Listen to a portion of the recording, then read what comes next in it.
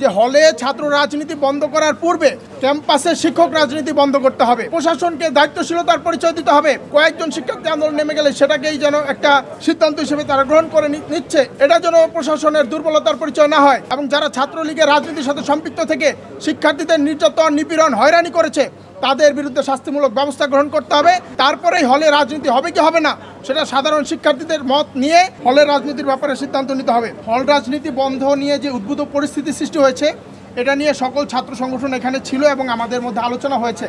আপনারা জানেন গতকাল রাতে ঢাকা বিশ্ববিদ্যালয়ের প্রশাসন তারা হলে রাজনীতি চলবে না এমন একটি সিদ্ধান্ত গ্রহণ করেছে। তো এটা নিয়ে আমাদের মধ্যে যে আলোচনাটা হয়েছে, বিগত 16 বছর ক্যাম্পাসে যেই রাজনৈতিক আধিপত্য এবং ফ্যাসিবাদ বিস্তার করেছিল এবং শিক্ষার্থীদের মধ্যে যে ভয় এবং ভীতি, ট্রমা তৈরি হয়েছে, এটার কারণে শিক্ষার্থীরা হলে আর রাজনীতি তারা দেখতে চায় না। তো এরই মধ্যে কয়েকশো শিক্ষার্থী যখন রাজপথে নেমে এসেছে, তারা আন্দোলন করেছে, তখন ঢাকা বিশ্ববিদ্যালয়ের প্রশাসন তারা ছাত্র রাজনীতি ক্যাম্পাসে বন্ধ করে দিয়েছে। আমরা এখানে যেটা বলেছি যে এইখানে প্রশাসন আরও কিছু সময় তারা নিতে পারত, ছাত্র সংগঠনগুলোর সাথে তারা মত বিনিময়ের পরে এবং সাধারণ শিক্ষার্থীদের মত নেওয়ার পরে তারা এই সিদ্ধান্তটা নিতে পারত।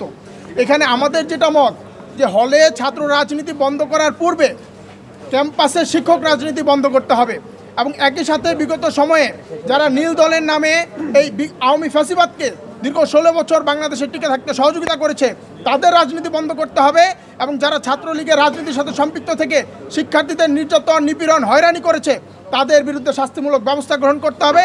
তারপরেই হলে রাজনীতি হবে কি হবে না সেটা সাধারণ শিক্ষার্থীদের মত নিয়ে আজকে যে সংগঠনগুলো আছে তাদের মতামতের সাপেক্ষে হলের রাজনীতির ব্যাপারে সিদ্ধান্ত নিতে হবে।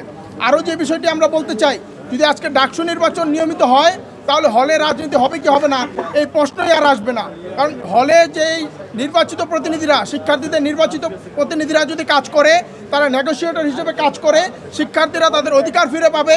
হলে রাজনীতি নিয়ে যেই ট্রমা তৈরি হয়েছে, ভীতি তৈরি হয়েছে, এটা ধীরে ধীরে কেটে যাবে। এই জন্য আমরা চাই অতি দ্রুত শুধুমাত্র এই ডাকসু নির্বাচন দিয়ে ঢাকা বিশ্ববিদ্যালয় প্রশাসন যেন এটা মনে না করে যে তাদের দায় শেষ হয়ে গেছে, বরং ডাকসু নির্বাচন যেন নিয়মিত হয়। এজন্য ডাকসুর একটি ক্যালেন্ডার তৈরি করতে হবে, যাতে করে প্রতি বছর একটি ডাকসুর মেয়াদ শেষ হওয়ার পরবর্তীতে সাথে আরেকটি ডাকসুর প্রস্তুতি আমরা নিতে পারি। এজন্য আমরা বলবো নিয়মিত ডাকসু নির্বাচনের ক্যালেন্ডার পেশ করতে হবে এবং একই সাথে প্রশাসনকে দায়িত্বশীলতার পরিচয় দিতে হবে। আমরা দেখতে পাই যে শিক্ষার্থীরা কোনো একটা আন্দোলনে নেমে গেলেই, কয়েকজন শিক্ষার্থী আন্দোলন নেমে গেলে সেটাকেই যেন একটা সিদ্ধান্ত হিসেবে তারা গ্রহণ করে নিচ্ছে, এটা যেন প্রশাসনের দুর্বলতার পরিচয় না হয়। ডাকসু নির্বাচন সামনে, এখন আমরা দেখেছি বিগত 1 বছরে ঢাকা বিশ্ববিদ্যালয় প্রশাসনের নানা ধরনের দুর্বলতা প্রকাশ পেয়েছে। ডাকসু নির্বাচনে এটার জন্য কোনো প্রভাব তৈরি না হয় আমরা চাই ঢাকা বিশ্ববিদ্যালয় প্রশাসন এখানে দায়িত্বশীল পরিচয় দিবে এবং একই সাথে ছাত্র সংগঠনগুলোকে সহিষ্ণুতা এবং দায়িত্বশীলতার পরিচয় দিতে হবে। সর্বশেষ আমরা যেটা দাবি করেছি, ক্যাম্পাস চার্টার প্রকাশ করতে হবে।